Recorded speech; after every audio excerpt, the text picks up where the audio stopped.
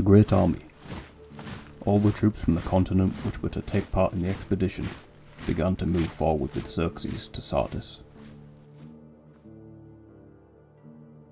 In Sardis, Xerxes' first act was to send representatives to every place in Greece, except Athens and Sparta, with a demand for earth and water, and a further order to prepare entertainment for him against his coming.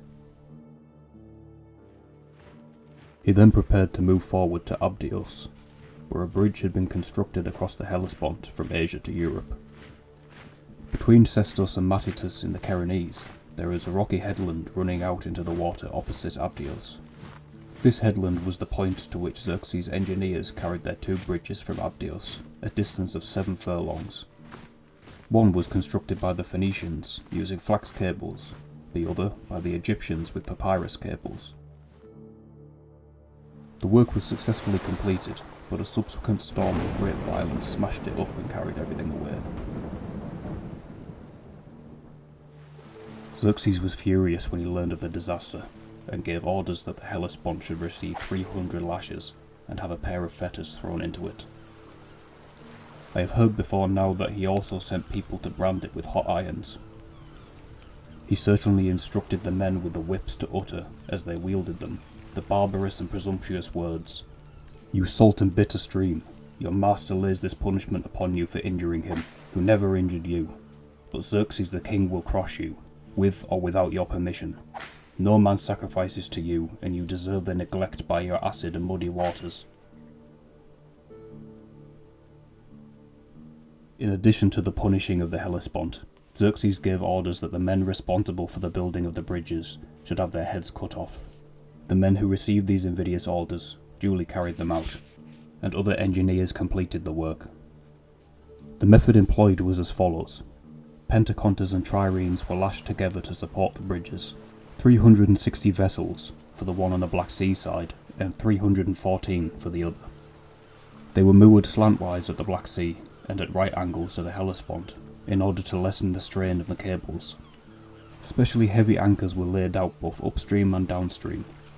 Gaps were left in 3 places to allow any boats to pass in and out of the Black Sea.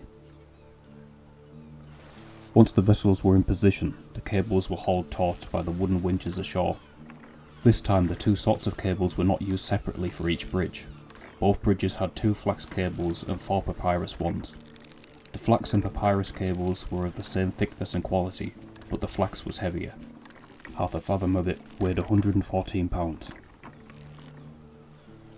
The next operation was to cut the planks equal in length to the width of the floats, lay them edge to edge over the taut cables, and then bind them together on their upper surface. That done, brushwood was put on top and spread evenly, with a layer of soil, trodden hard over all.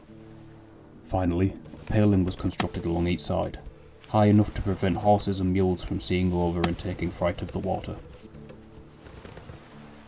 The bridges were now ready. No sooner had the troops begun to move than the sun vanished from its place in the sky, and it grew dark of night, though the weather was perfectly clear and cloudless. Xerxes, deeply troubled, asked the Magi to interpret the significance of this strange phenomenon, and it was given to understand that God meant to foretell to the Greeks the eclipse of their cities, for it was the sun which gave warning for the future to Greece, just as the moon did to Persia. Having heard this, Xerxes continued the march in high spirits. The army, however, had not gone far when Pythias the Lydian, in alarm at the sign from heaven, was emboldened by the presents he had received to come to Xerxes with a request. "Master," he said, "there is a favour I should like you to grant me, a small thing, indeed, for you to perform, but to me of great importance, should you consent to do so." Xerxes, who thought the request would be almost anything but what it actually turned out to be, agreed to grant it, and told Pythias to say what it was he wanted. This generous answer raised Pythias's hopes, and he said, "My lord, I have 5 sons, and it happens that every one of them is serving in your army in the campaign against Greece. I am an old man, sire, and I beg you in pity to release from service one of my sons, the eldest, to take care of me and my property. Take the other 4, and may you return with your purpose accomplished." Xerxes was furiously angry. "You miserable fellow," he cried. Have you the face to mention your son when I, in person, am marching to the war against Greece with my sons and brothers and kinsmen and friends? You, my slave, whose duty it was to come with me with every member of your house, including your wife. Mark my words, it is through the ears you can touch a man to pleasure or rage. Let the spirit which dwells there hear good things, and it will fill the body with delight. Let it hear bad, and it will swell with fury. When you did me good service, and offered more, you cannot boast that you were more generous than I. And now, your punishment will be less than your impotence deserves. Yourself and 4 of your sons are saved by the entertainment you gave me, but you shall pay with the life of the 5th, who you cling to the most.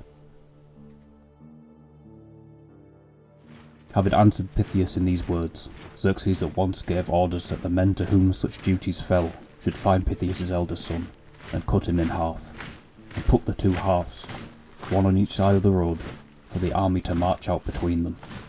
The order was performed. And now, between the halves of the young man's body, the advance of the army began.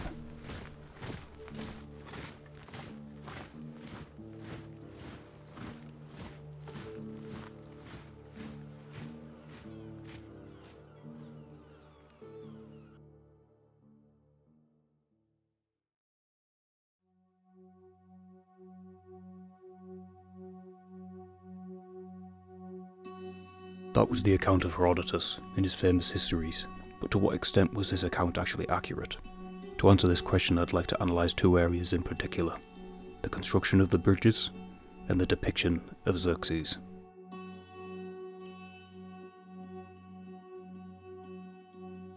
While researching the construction of the bridges, I looked into many sources, but I found none better than the dissertation by Peter Frederick Barker.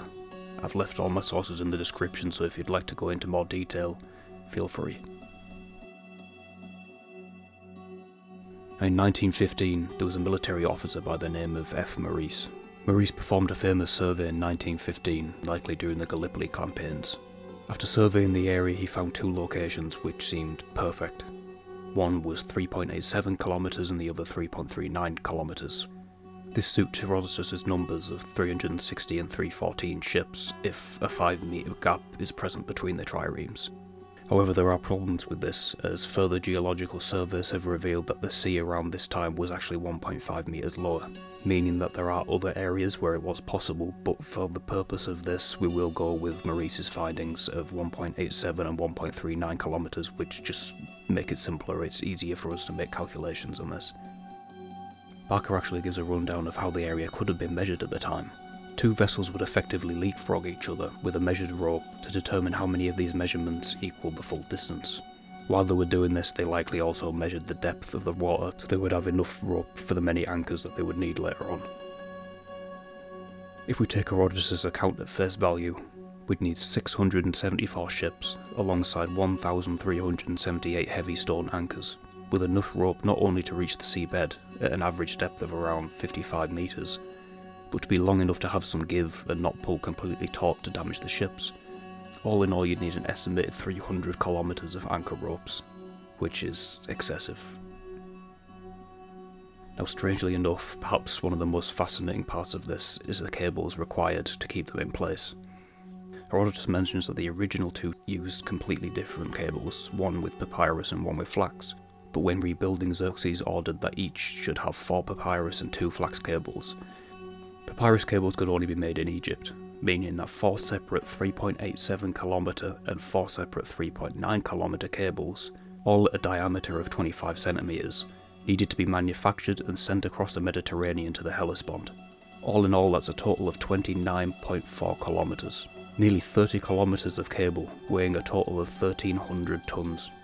That's nearly 3 times the depth of the Marianas Trench at 10 kilometres, and nearly 3.5 times taller than Mount Everest at 8.84 kilometres. Now, this would have been a behemoth of a task for the Egyptian workers, who likely had never made cables even a quarter of that thickness. For context, an average ruler is around 30 centimetres. 25 centimetres is roughly 2 smartphones stacked atop each other. The thickness of these cables was so ridiculous that some modern historians claim that it wasn't even possible for this to be constructed. It's possible that these cables were actually a lot thinner and they were just wrapped in some sort of fabric or maybe leather or anything that could be used to protect them against the seawater, but we just have no idea. Now the flax cables would have been much easier. Only 4 were required for the 2 bridges, and flax was producible much closer to the site of the crossing. Comparably only 650 tons in weight and 14.52 kilometers in length, which is still 1.5 times as tall as Everest, but it's not 3.5 times as tall at least. Now for the bridges, once again the gravity of this task can only be realised when you break things down. You have to realise that the area of the Hellespont which we are crossing is not very heavily forested. It's mostly rocky and arid, and the closest forest capable of supplying that amount of timber would have been across the Gulf of Melas in Thrace. Now in his dissertation, Barker claims that some 35,000 trees would have been required to construct just the bridge itself. That's not including all the timber used to construct the 674 ships. Now these 35,000 trees would have likely been felled in Thrace, lashed to floats and sailed down to the construction site. The number of man hours and workers required, I can't even begin to calculate. One of the areas of the construction which is most difficult to understand are the bridge gaps, because Herodotus gives really no information. He simply states gaps were left in 3 places to allow any boats to pass in and out of the Black Sea. There's no mention if this was 3 gaps total, 3 between the 2, so 6 in total. There's no mention of how these gaps even worked. Modern historians have tried to figure out how this could have worked. Some suggest steady inclines and declines, some suggest that pentaconters would have been used for the majority of the bridges and then higher triremes at the 2 sides of this gap. Some suggest a opening and closing mechanic was used. We just don't know. Now the main issue of using pontoon bridges like this at this time is that the ships, the triremes and the pentaconters, this was before waterproofing was really a thing. The concern with using ships of this kind was a notorious issue of waterlogging. Now, it's told in many accounts that triremes would often take in water, so they would have to be constantly beached and left to dry. Too much constant water exposure would lead to a fast rotting of the hulls, so this is only exacerbated when paired with the possibility that many of these ships were already older models. Often triremes would have a life expectancy of around 30 years, but with each 10-year period they would get slower and slower with more water the hulls would absorb. As they got slower and slower, they would be degraded and downgraded in rank, with the newest of the ships, the fastest, being used in war. Then after about 10 years they'd be downgraded to maybe transporting troops, and after another 10 years they'd be downgraded to transporting cattle or horses or anything like that. It's been theorised that the ships used for these bridges would have been around these 10 to 20-year-old ships. Some have been suggested to have even come from the Marathon expedition that Xerxes' father Darius launched on Athens. So the possibility that a lot of these ships were already old and waterlogged exacerbates the problem. They were likely to have rotted very quickly. This bridge was not intended to last for a long time. It's most likely that Xerxes was planning for this to be a very, very quick expedition. One of the big questions that was asked for many years was why even bother with pontoon bridges? If you have a fleet of over 600 ships, why not just transport the troops back and forth that way? Well, this is an issue that ancient historians would bring up constantly, but actually modern historians don't. When you put everything together, transport carriers would have been an organisational nightmare. There were only very small beachheads at either side. Crossing forces would have had to been staggered constantly. This would have had to been done throughout the day and organised meticulously. It would have taken a lot longer than the transport that actually took place. Not to mention the issue with supplies. The best part about the 2 bridges is that one could be used for the infantry and one could be used for all the non-combatants and the supplies and everything like that. It would have been a nightmare to get cattle and horses onto triremes to sail them across. There's only so many daylight hours that this transport could have taken place, and the staggered process of bringing everybody on board, dropping them off, coming back and forth, it just would have been a nightmare. Another possibility would have been to move further north to the Bosphorus, with modern-day Istanbul or Constantinople, whatever you want to call it. With such a short distance, rafts could have been created to bring people over very quickly. But this was going to add a whole other month to the expedition, and the expedition was already pushing for time. The thing with ancient warfare is it was very seasonal based. All those troops had to get home to man the fields, they had to get home to make sure they were well fed. It just wasn't feasible to add another month and possibly get stuck in Greece for the winter. So all in all, the pontoon bridges is the best option. Now for the crossing itself. The amount of troops that Herodotus gives is just frankly ridiculous. He places the number somewhere around 5 million, which is just unfeasible. It's likely that he got this number by calculating just the amount of troops that could be available all the way throughout the Persian Empire, but that doesn't mean all those troops actually came with Xerxes.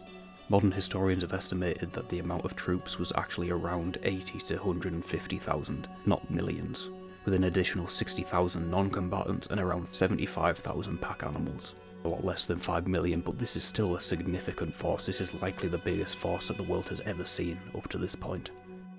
For context, the average walk speed is around 5.1 kilometers per hour, so at this speed it would take around 45 minutes to cross this 3-point-something kilometers of a bridge, meaning that each man would have probably been walking across this bridge from anywhere from 45 minutes to around 20 to 30 minutes, depending on how fast of a march they were performing.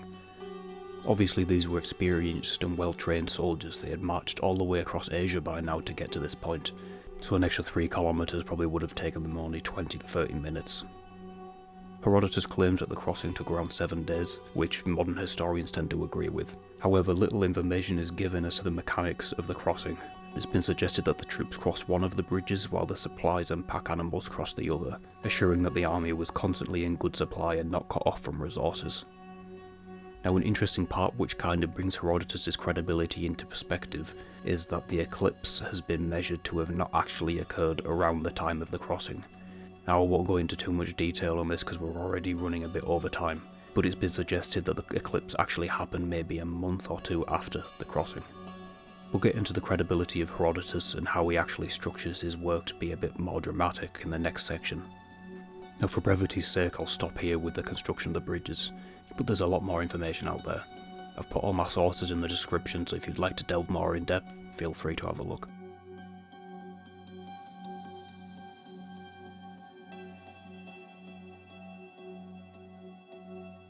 Herodotus gives few details of his own life. He confirms that he was born in Halicarnassus, a Greek polis on the Ionian coast, but that's the extent of the details he gives about himself openly. We have a few other sources which fill in the details of his life, but these have been found wanting when placed under scrutiny. However, scholars have come to a consensus on a few details. He likely lived from around 484 to the 420s BC, meaning that at the time of the Persian Wars, which this crossing takes place, Herodotus was only an infant. From what we can infer, Herodotus travelled extensively around the ancient world. His works suggest that he visited Egypt, Scythia, Mesopotamia, and most of the ancient world in between. Eventually settling in Athens for a period of time, he would go on to join the founding of the Pan-Hellenic colony known as Thurii. His work was likely composed later in life, either around the time of his Athenian residency or his time in Thurii. Herodotus' work is commonly referred to as the first historical account, and he is often given the title of the father of history. Ancient and modern scholars divert on their views of Herodotus when it comes to his accuracy. Oddly enough, older scholars tend to look at his work with skepticism. He was attributed the title of Father of Lies by some. Plutarch, an ancient writer responsible for the Parallel Lives series, even wrote a scathing essay about him titled On the Malice of Herodotus. Despite this view of him, the fact of the matter is that details from his accounts keep being verified with each passing year, and as a result, modern scholars continue to praise him and hold him up as an essential source for the ancient studies. An example of his accuracy can be found in his account of Darius' rise to the Persian throne. Here he gives the name of 6 Persian nobles who assisted Darius, and despite his distance in time, location, and likely lack of knowledge of the Persian language, he accurately records the names of 5 of these 6. The word history derives from the Greek word historii, which translates to research or inquiry, and Herodotus' approach to history reflects this definition. He states himself, "My business is to record what people say, but I am by no means bound to believe it," and that may be taken to apply to this book as a whole. With this admission, one can see how Herodotus' credibility could be called into question. While his work is fantastic for determining the views, beliefs, and culture of people of the time, there is little fact-checking or critical thinking to determine the truth behind his information. Unlike modern historians, Herodotus rarely gives the exact source of his information. Though we do get details sometimes, for example in Book 1 an Egyptian priest is cited, and later on an account is given of a man who sat beside a Persian soldier and gained information from him. One of the largest concerns when it comes to his sources is the age gap. He's recording these events decades later, meaning that high-ranking officers and captains who would have witnessed the strategizing and meetings would likely have been dead by the point of Herodotus' inquiries. It's likely that most of his sources were those young enough during the war to still be living years later, usually young men who were still in the rank and file. All of this is without even mentioning the issues with memory. How accurate can a man be expected to be after decades have passed? To what extent have his memories been dyed with the opinions and views of those around him? These are all concerns which must be kept in mind when reading Herodotus.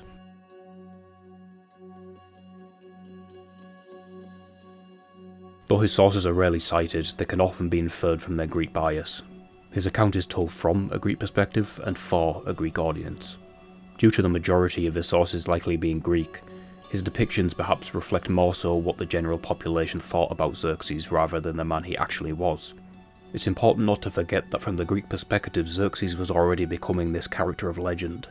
His incredible feats of engineering and his massive troops was being woven into this origin story of sorts for a Greek identity, an identity based on a heroic stand of a few Greeks versus the might of the East.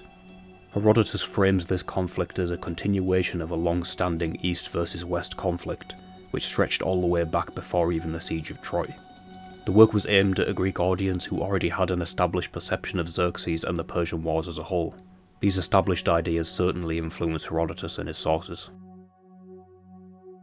Another area in which Herodotus' bias comes through is his clear preference for democracy. Herodotus lived in Athens for many years. He relied heavily on Athenian sources, he was likely only able to compose his work because of the patronage of Athenian men, and he was said to have given many recitals of his work to the Athenian people. Time and time again in his work, Herodotus gives accounts of kings who fall because of their hubris, tyrants who failed to heed the warnings of those around them, such as Croesus, Pisistratus, or Xerxes. Essentially, Herodotus gives these stories as a way of displaying this inherent failure in monarchy and tyranny. The consensus among modern historians is that Herodotus displays an overwhelming hostility towards tyranny. His depiction of Xerxes and the Persians in general can only suffer from this bias. Herodotus was quick to abandon any sense of objective analysis in favour of providing a good fall of a tyrant story, which would please himself and his audience. Finally, we have Herodotus' religious and fantastical bias. On many occasions we are provided with details of clearly supernatural entities or events which stem from both the superstitious minds of his sources and from his own devout religious mind. We are given multiple accounts of direct divine intervention, gods literally stepping in to affect the course of events. An example being when the Persians attacked Delphi. Herodotus tells a tall tale of them being fought off by the gods themselves. We are given constant reminders that portents, prophecies, and signs from the gods are real. In Book 1, Herodotus goes to great lengths to recount the story of how Croesus tested the oracles, finding the oracle of Delphi to be accurate. Prophecies of lines of kings failing after a certain number of descendants, accounts of kings failing to recognise the significance of prophecies or failing to take heed of warnings like eclipses. All of these and more attempt to instill an idea that those who ignore the gods in their messages, or those who act against nature and the gods, are destined to fail, and more so that they deserve their failure. Broadly speaking, Herodotus depicts Xerxes as short-tempered, headstrong, childish, and lacking a proper understanding of warfare. However, many of these accusations can be completely refuted when you take into consideration the years of planning needed for the campaign and his use of psychological warfare throughout his invasion. The beheading of the engineers, the orders to whip the Hellespont, the execution of Pythias' sons, etc. all give the impression that Xerxes was quick to anger, that he was cruel and that he was impulsive. However, the years upon years of meticulous planning for the campaign, which including the digging of the Athos Canal, the building of bridges across multiple rivers and the ocean crossing, the many roads, food depots, inns, courier stations, guard posts, etc., all reveal he had an astute military mind and was incredibly patient. Unlike all of these incredible feats, there is no evidence of the punishments and executions. No source is actually given as to if Xerxes punished those under his rule like this. Xerxes' keen and methodical approach is also revealed by his constant consideration of morale, both of his own troops and of the Greeks.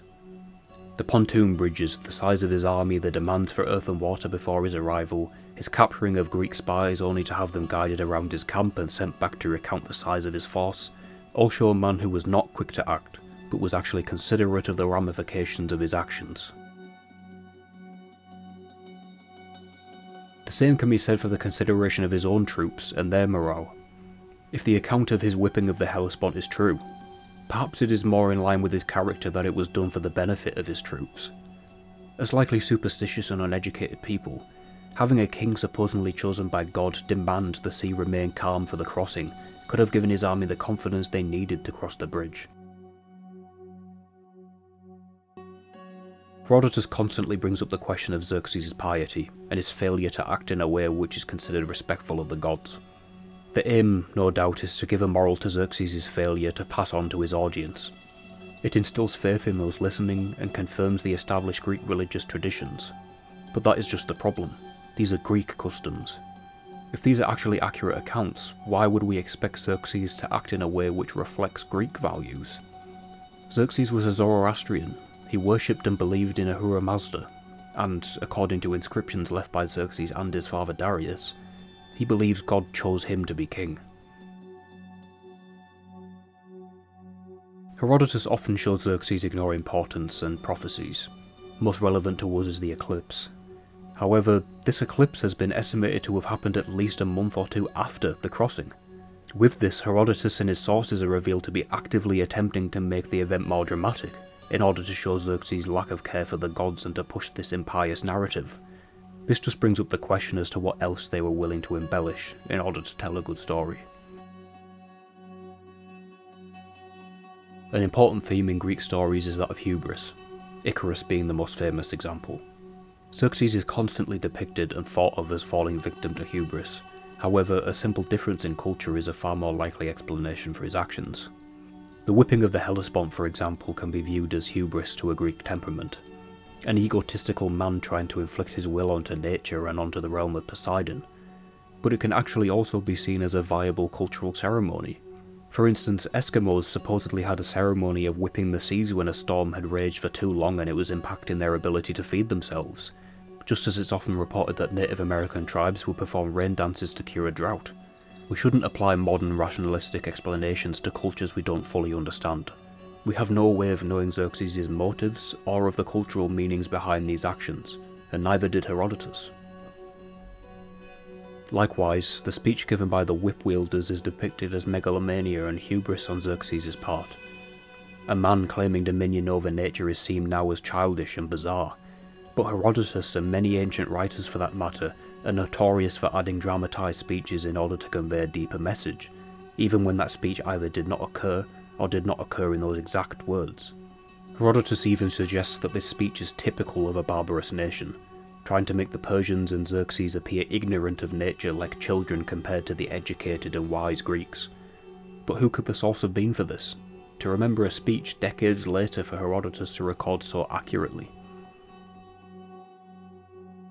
The overall purpose of Xerxes' character, and how Herodotus viewed the purpose of his historical writings, is to educate not just with facts and information, but to give morals and instill ideals into his audience.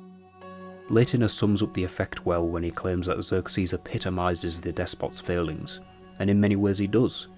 He reflects all the common tropes associated with cruel kings, with his arrogance, his failure to heed the warnings of his wiser associates, his disregard for the lives of his subjects, and his selfishness, complete with a nice downfall and failure tied to hubris.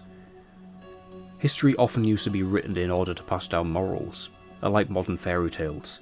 Xerxes' despotism and its parallels to all the other kings throughout the histories educates against kings and tyrants.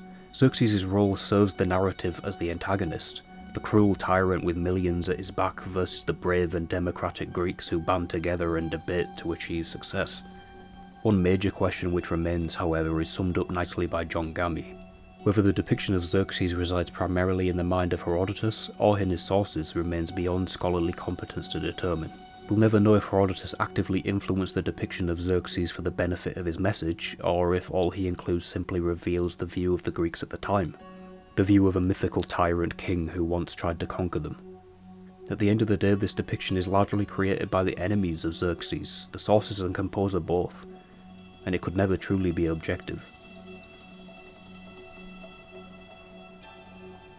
So if Herodotus' account is so flawed and biased, why do we even bother to read and study its pages? I feel like Terry Buckley perfectly sums up Herodotus when he said that perhaps his greatest achievement was to prove that history, whatever its subject matter, could be written with charm, humour and panache, and Herodotus certainly delivers on those. If you're looking to begin reading ancient works, the father of history certainly delivers one of the most engaging introductions. Unlike with the dimensions and details of the bridges, the marches, etc., depictions of historical figures are much harder to ascertain. Herodotus was founding the genre of history with his work. Citing sources and evidence just wasn't the norm, and wouldn't become the norm for thousands of years. Xerxes was written with great drama, a decent amount of nuance and some clear elements of truth. However, we can't forget the biases which influence this depiction.